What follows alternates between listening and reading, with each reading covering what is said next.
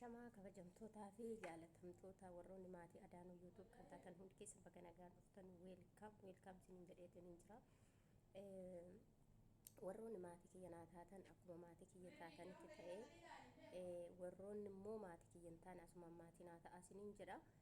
Wantootan qabadde dhufee wanta tokkodha jechuudha. Wanti sun immoo wantoota miidiyaa tiktookii irra deemaa jiru. Tiktookii irratti seerri aadaa keenyaa fi seerri fuudhaaf heerumaa badeetu jira jechuuf ni danda'ama jechuudha. Sababni isaa maalinaan jettanii na gaafachuu dandeessu jechuudha. Sababni fuudhaa fi heerumaa aadaa durii yookiin immoo warroonni abbootiin keenya haadholiin keenya itti fayyadamaa turanii aadaa seera qabeessaa fi aadaa duudhaadha jechuudha. Garuu amma immoo wantoonni miidiyaa kanarra deemaa jiru wantoota seera amantaa keenyaa fi yookiin immoo seera duudhaa fuudhaa fi heerumaa wantoota cabsaa jiran jechuudha. Keessumaa miidiyaa kanarratti yookiin tiktook irratti ilaalaa yoo jiraattanii namoota haadha manaa yookiin immoo abbaa manaa qabu tokkotu haadha manaa irraa fudhachuuf deema jechuudha. Otoo dubartiin tokko abbaa manaa qabdu dhiirri tokko irraa fuudhuu dhaqa jechuudha. Otoo immoo dubartiin tokko abbaa manaa qabdu abbaa manaa achi keessee abbaa manaa biraatii boossi jechuudha. Kun aadaa fi duudhaa uummata Oromoo cabsuu jechuudha. Innaa maaliif wantoonni aadaa fi duudhaa uummata Oromoo cabsan keessaa fuudhaa fi heeruma jidduutti argamu seera fuudhaa fi heerumaatu jira jechuudha. Har'a garuu namni tokko tiktookii irratti ol ba'ee yookiin yuutuubarra waan tokko miidiyaa irratti ol ba'ee ani habaluun jaaladheen jira, habaluun jaaladha, abbaa manaasaa dugda isaa duuba godhee dugda galabbaxatee as naanna'ee ani nama tidaarii qabu, nama abbaa manaa, nama haadha manaa, nama ijoollee qabu abbaa manaasaa achi godhee ani jaalatirraa na qabi namicha kanarraa jedhee boo'a yoo ta'e kun seera duudhaa fi aadaa keenya cabsu jechuudha. Inni tokkoffaa maaliif dur jechuudha dubartiin tokko heerumteetti yoo ta'e abbaa manaa ishee sana faana jiraatti yoo ta'e okay abbaa manaa ishee sana faana jiraatti jechuudha. Garuu abbaa manaa ishee sana faana hin jiraattu yoo ta'e yookiin immoo wal diiganiiru yoo ta'e adda baaniiru yoo ta'e qabeenyaa qaban qooddataniiru yoo ta'e adda baaniiru yoo ta'e okay I am sure deebi'uu danda'a jechuudha. Heerumuu dandeessi jechuudha dhiifama. Maaliif isheen baate abbaa barbaade abbaa jaalattetti heerumuu dandeessi jechuudha. Akka seeraatti namichi isheerraa adda ba'e sunis immoo abbaa barbaade fuudhu, abbaa barbaade itti fayyadamuun, abbaa barbaade faana jiraachuun mirga isaati jechuudha. Garuu namni tokko bultii ijaarrateera yoo ta'e, bultii ijaarratee walitti makatee waliin mana tokko keessa jira yoo ta'e yookiin gara fuulduraatti waliin jiraachuudhaaf kaayyoo tokko qabatanii karaa tokkorra deemu yoo ta'e har'a immoo nama bareedaa tokko yookiin dhiira bareedaa tokko argee abbaa manaa kiyya isa wajjiniin waadaa galee gara fuulduraatti jiruuf jireenya kiyyaa wajjiniin deemuudhaaf karaa qabadhe jiru sana dhiisee karaa biraan deema yoon ta'e xawalwaallee ta'uudha jechuudha. Xawalwaallee inni tokkoffaa xawalwaluu, inni lammaffaa immoo seera aadaa fi duudhaa uummata Oromoo cabsuu jechuudha. Keessumaa tiktookii kanarraa dhugaa waaqa jechuudha. Ani fayyadamu tiktooka kana. Maaliif hin fayyadamtu yoo naan jettanii wantoota bareedaa fi wantoota nama gammachiisu tokko achirratti wanta hin argamne jechuudha. Wantoonni achirra jiru wantoota nama gaddisiisuu fi wantoota aadaa fi duudhaa keenya balleessaa deemu malee wantoota aadaa fi duudhaa keenya bareechaa deemu hin agarree jechuudha.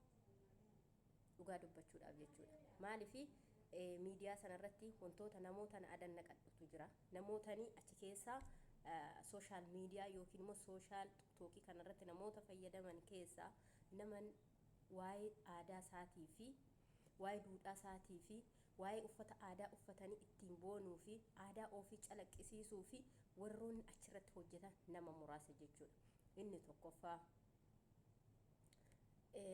eenyu isiniin jedha? Tokkoffaan madda walaabuu, lammaffaan immoo maqaa mucaa kana hin beeku booda isinitti himuu danda'a maaliif ani yeroo hundaa sooshaal miidiyaa kan hin hordofu waan ta'eef maqaa isaanii adda babbaafadhee dhiisuu danda'a jechuudha maaliif ani tokkuma kana hin fayyadamu dhiyoodhuma kana seen ilaaluu jammare jechuudha maaliif wantoonni achirra jiru hundi wanta nama gammachiisu takka wanta hin argamneef hundisaa wanta nama gaddisiisu jechuudha inni kaan qullaa dhaabbatee dhiqataa inni kaan seera aadaa seera duudhaa nama balleessu malee nama ijaaru achirratti hin arginu jechuudha innaa kanaafu ani hin fayyadamu jechuudha innaa dheengadda kana dhugaa waaqaa sadarkaa tokkoffaan darbee sadarkaa lammaffaa dorgommii kutaa 11ffaatu jira kutaa 11ffaa keessaa kan akka Jimmaa hunduma jechuudha kutaa 11 keessaa namoonni aadaa isaatiin uffata isaa uffatee kan fakkeenyaaf ani shawaa yoon ta'e uffata aadaa shawaa uffadhee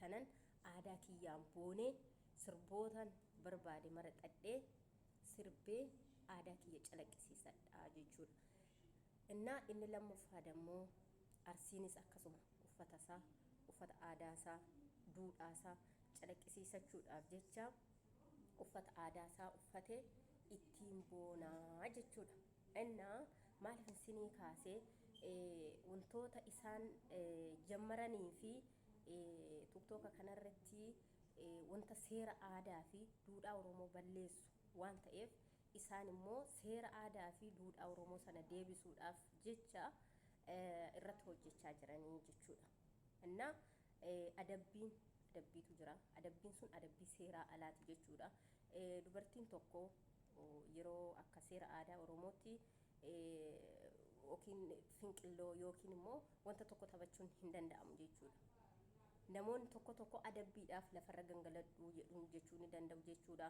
qullaa dhaabbadhu dhiqadhu jechuu ni danda'u jechuudha innaa namoonni keenya immoo sammuun isaanii hin bilisoomne yoo ta'e garbummaa sammuu qabu yoo ta'e isaan goduma walakkaatti uffata isaanii baafatanii warroota dhiqatan argina jechuudha innaa kuni wantoota sooshaal tiktookii yookiin immoo sooshaal miidiyaa irra deemaa jirudha jechuudha hundi keenya kan beeknu innaa kanaafuu wantoota ani dubbadhu kana keessaa wantoota seeraa fi duudhaa keenya balleessu jira yoo ta'e namoota itti dhiyaatan tokko fakkeenyaaf ani guddanyaan kiyya tokko seera aadaa fi duudhaa uummata kiyyaa balleessiti yoo ta'e yookiin immoo nama tokko fakkeenyaaf jaallattee jirti yoo ta'e otoo jaallattee jirtu tokko dabartee irratti jaallatti yoo ta'e irraa deebisuutiin qaba jechuudha seerri keenya kana miti seerri aadaa keenya akkasumiti dur amma fakkeenyaaf abbaan tiyya na heerumsiisuu barbaada yoo ta'e akka seera aadaatti jechuudha na heerumsiisuu barbaada yoo ta'e anatu maraxata miti jechuudha innaa namichi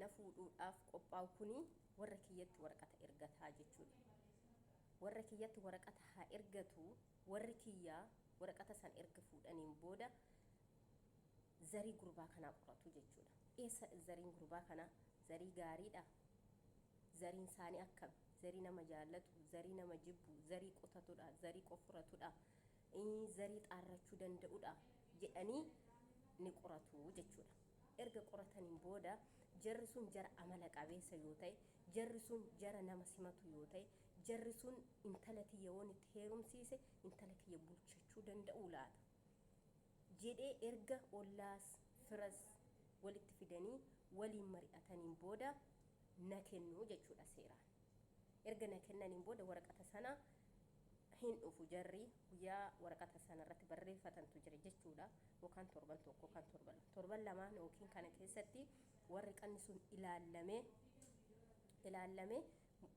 mucayyoo anaan abbaan kiyya sun gurbaa sanaaf yookiin warra sanaaf na kennuudhaaf qophaa'e yoo ta'e waraqaa sana kuma biratti hambisee jaarsi guyyaa qaxarate sana dhufaa jechuudha yoommoo jechuudha akka seeraatti isinitti akka seera duudhaa Oromoo karaa shawaa kanaatiin jechuudha innaa karri hundumtu kutaan 11 karaa gara waan ta'eef jechuudha keessumaa seerri aadaa Arsii ulfaataadha keessa galee zirzirii isaa yoo yeroo qabaadhe isinitti nima jechuudha innaa akka seera aadaa keenyaatti abbaan kiyya jechuudha waraqata sana fuudhee ofuma bira godha torbee lama haa ta'u torbee sadis haa ta'u ni dhufu jechuudha erga dhufanii balbala hin seensisan gaaf sanaaf guyyaa duraatiif hin seensisan jechuudha maaliif seeradha dhufanii dhaabbatanii waraqata keessan hin ilaalle waraqata keessan ilaallaa gaafa guyyaa akkasii koottaadhani guyyaa qaxaranii fi deebi'anii galu jechuudha.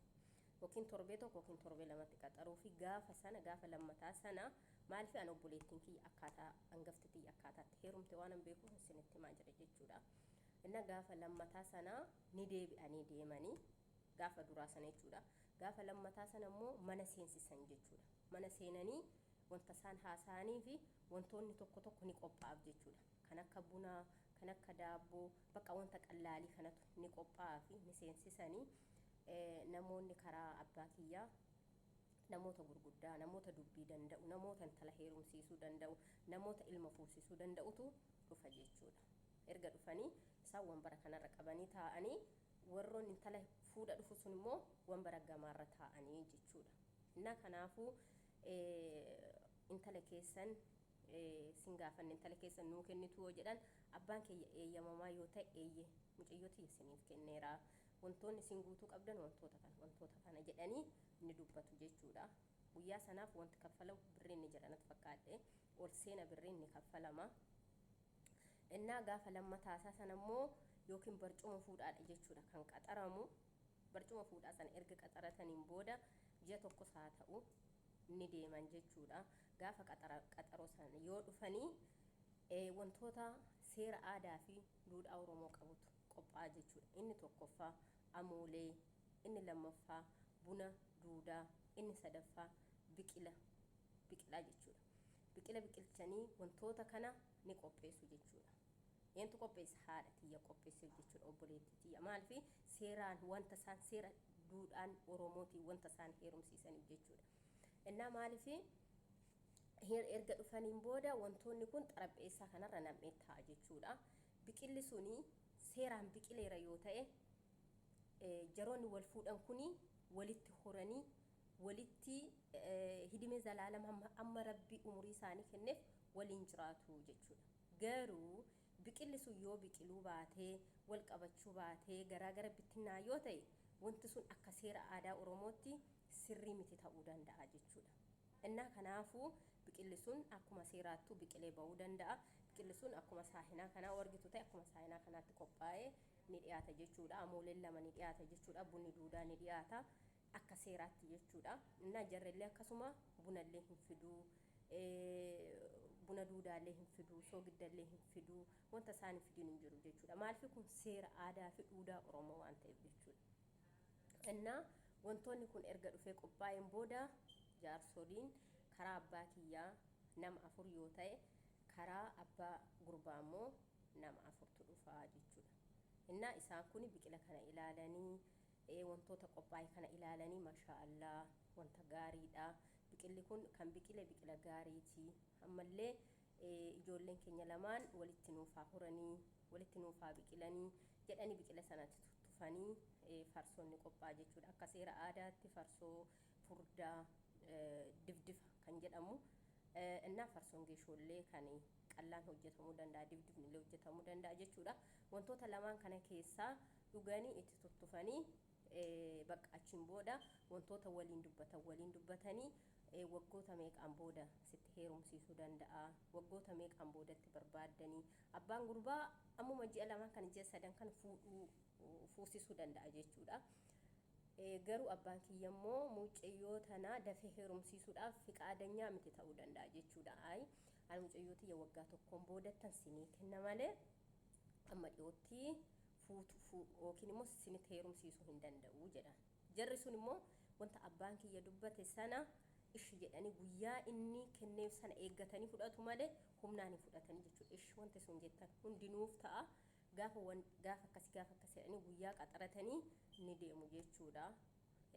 Wantoonni fuudhaa fi heeruma jidduutti deemu yookiin akka seera aadaatti akkasii jechuudha. Waggoota sanaan waggoonni sun naanna'ee yoo dhufu ji'a yookiin ji'a 2, ji'a 3, ji'a 4 akkana fuuti isaanii dhiyaachaa dhufa yoo ta'e namoonni fuudhaa fi heeruma jara kana walitti heerumsiisuu fi walitti fuudhuu barbaadu kun dhufee guyyaa mircaa uffataa qaxarata jechuudha. Guyyaa mircaa qaxaraa ni qaxarata jechuudha. Innaa obboleettiin tiyya addooyyee yookiin immoo miinzee kan jedhamu kana waan mattiin illee akkasumatti qopheeffata ni deemu jechuudha. Gara magaalaa deemanii ishiin namoota kadhattee yookiin immoo miinzolii ishii wajjiniin uffata bitachuu dhaqxi. innillee namoota miinzoliisaa yookiin immoo warroota qabatee dhufu faana inni akkana dhaabbata. Ishiin uffata ishii maraxattee wanta ishee barbaachise hunda maraxattee kan bituuf jaraa jechuudha. Innaa erga uffanni sun bitameen booda bakkoota nyaatanii dhugantu jira. Bakkoota sana hoteela wayii geessanii warroota kamtu gaabbasaa, warra gurbaatu gaabbasaa jechuudha. Innaa yeroo sana intalaaf gurbaa wali hin beekanii jechuudha. Cirraashaa wali hin beekan. Akka koof akka keessan osoo hin taane aadaa duriin sinitti himaa jira waan ta'eef. Ishiin gurbaan beektu, gurbaan illee isheen beeku jechuudha. Innaa gaafsana ishiin gamana teesse inni gamana taa'e wal dubbisanii waliin haasa'anii wanta dhugan waliin dhuganii wanta nyaatan waliin nyaatanii nuti mucayyoo teenya fudhannee gallee jechuudha. Isaanis immoo warri gurbaa mucaa isaanii fudhatanii galanii jechuudha.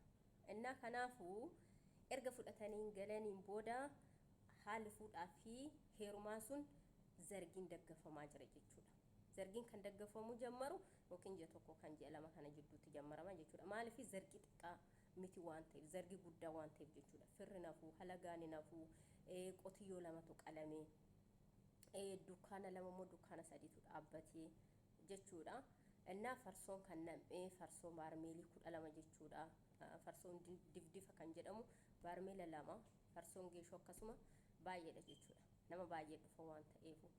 Innaa kanaafuu haala kanaan uffanni mucayyoo jarri fuudhanii galan guyyaa tokko yoo dhatte mataratti kanaan booda hodhame uffanni sun ni dhufa. Gaafa fuudhaaf heerumaa sana uffata ishii fidanii dhufu jaarsoliin jechuudha. Uffata ishii sana sirrii ishee maraxatte bitamee fi sirrii ishee maraxatte hin bitamne uffanni hin zaragga'ama jechuudha iddoo kanatti. Uffata ishii sana keessa wanti tokko jijjiiramee bitameera yoo ta'e hin fudhattu jechuudha. Hin fudhattu. Maaliif uffata sana gaafa sana maraxxee irra dhaabbatte caammaa wanti hele miilaa qabee amma rifeensa ishiitti wantoota ishiin maraxxe ta'uu baannaan hin fudhattu jechuudha. Rabshaa ka'a.